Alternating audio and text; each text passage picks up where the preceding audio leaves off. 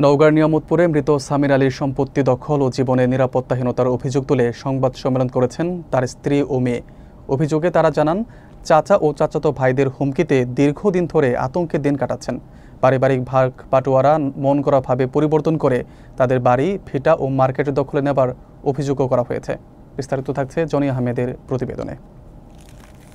নওগাঁর নিয়ামতপুরে মৃত সামির আলীর স্ত্রী মালেকা বেগম ও মেয়ে শিউলি খাতুন এক সংবাদ সম্মেলনে জানিয়েছেন যে তারা দীর্ঘদিন ধরে পারিবারিক সম্পত্তি নিয়ে চাচা ও চাচাতো ভাইদের হুমকির মুখে রয়েছেন।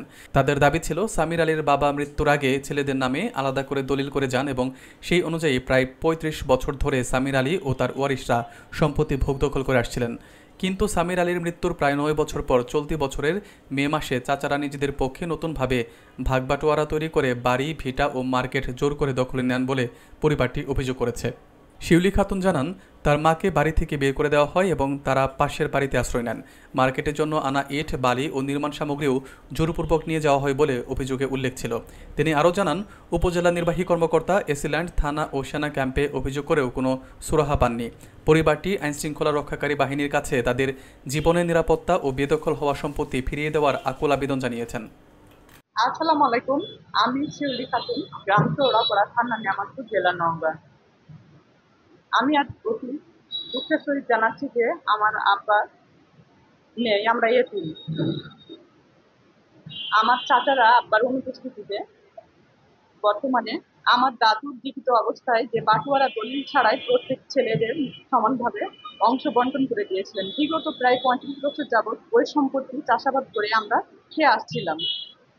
আমার বাবার মৃত্যুর ৯ বছর চলিতেছে, কিন্তু হঠাৎ গত ৯/৫/২০২৫ তারিখে বিবাদীগণ বাটোয়ারা না করেই তাদের মন গড়া মাপজোক অংশ উল্টাপাল্টা করেছে এবং সে জমিতে আমাদের নামতে দেয় নাই।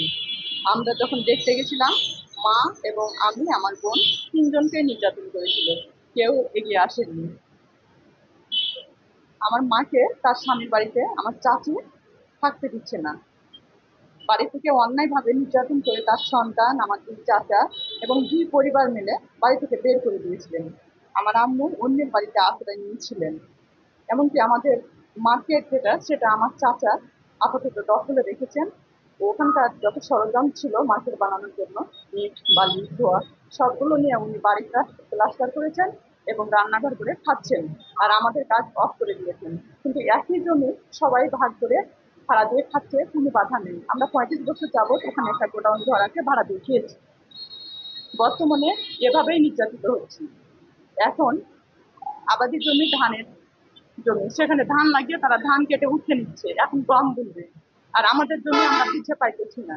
কিন্তু আমার কথা, সংবিধান অনুযায়ী যেহেতু বন্টননামা হয়নি, যেটা আমরা খাচ্ছিলাম সেটাই খাবো। বন্টননামার পরে আমিন নিয়ে এসে মাপার পরে যেটা আমরা পাবো ঠিক সেটাই নেব। কিন্তু ওরা কখনোই এটা মানে নিচ্ছে না। কার জমিতে লাঠি দেখিয়ে বিভিন্নভাবে নির্যাতন করে তারা আবার শুরু করে দিয়েছে। এখন আমরা আপনাদের মাধ্যমে প্রশাসনের দৃষ্টি আকর্ষণ করছি, আমরা যেন ন্যায্য বিচার পাই। এজন্য আমি পিএনও অফিস, এসিল্যান্ড অফিস, থানাতে এবং কোর্টে আইনের আশ্রয় নিয়ে আমার আম্মাকে বাড়িতে উঠাই। বাড়িতে উঠানোর পর এখন প্রতিনিয়ত হুমকি চলছে যেন বাড়িতে না থাকতে পারি। এমন অবস্থায় আম্মু অসুস্থ হলে আমি আসলে আমার চাচাতো ভাই ২১/১১/২০২৫ তারিখ সন্ধ্যায় নাসিরের বড় ছেলে ফরহাদ জানিয়েছে যে বাসিরের বউ শেফালি মিথ্যা মামলা দিয়ে আমাদের উঠিয়ে নেবে। তাই আমি ভীতু না হয়ে আমি বলেছি, আল্লাহ আছে, উঠে নিলে যা হয় হবে। তারপর আমার মায়ের কাছে ছিলাম। এখন প্রতিনিয়ত এভাবে হুমকি দিচ্ছে আমাদের উঠে নেবে মিথ্যা মামলা দিয়ে। তা আমরা কোথায় দাঁড়াবো? ওটা আমার বাবার বাসা, আমরা কি আমি কেন আসতে পারি? তাদের অত্যাচারে আসতে পারি না। আমার মাকে তুই নির্যাতন করেছি। এখন আম্মুর এমন অবস্থা, কথা বলারও শক্তি নাই। তো আমি মেয়ে হিসেবে তো আমার মায়ের পাশে থাকতে পারি। এভাবে নির্যাতন করলে কি আমরা থাকতে পারি বলেন? তাই আপনাদের দৃষ্টি আকর্ষণ করছি এবং মহোদয়, প্রশাসন মহোদয়ের কাছে এই নির্যাতনের পরিপ্রেক্ষিতে আমরা যেন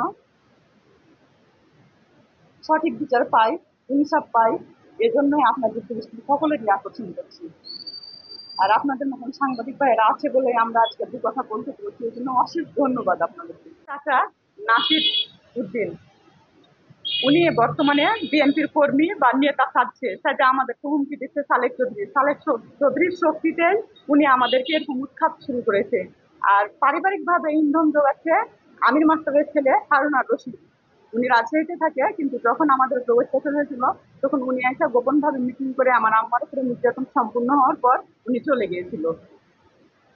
উনি হচ্ছে প্রধান ইন্ধনকারী, মানে আমার আপন চাচাতো ভাই হয় উনি। সবাই মিলে এটা কাজ করেছে।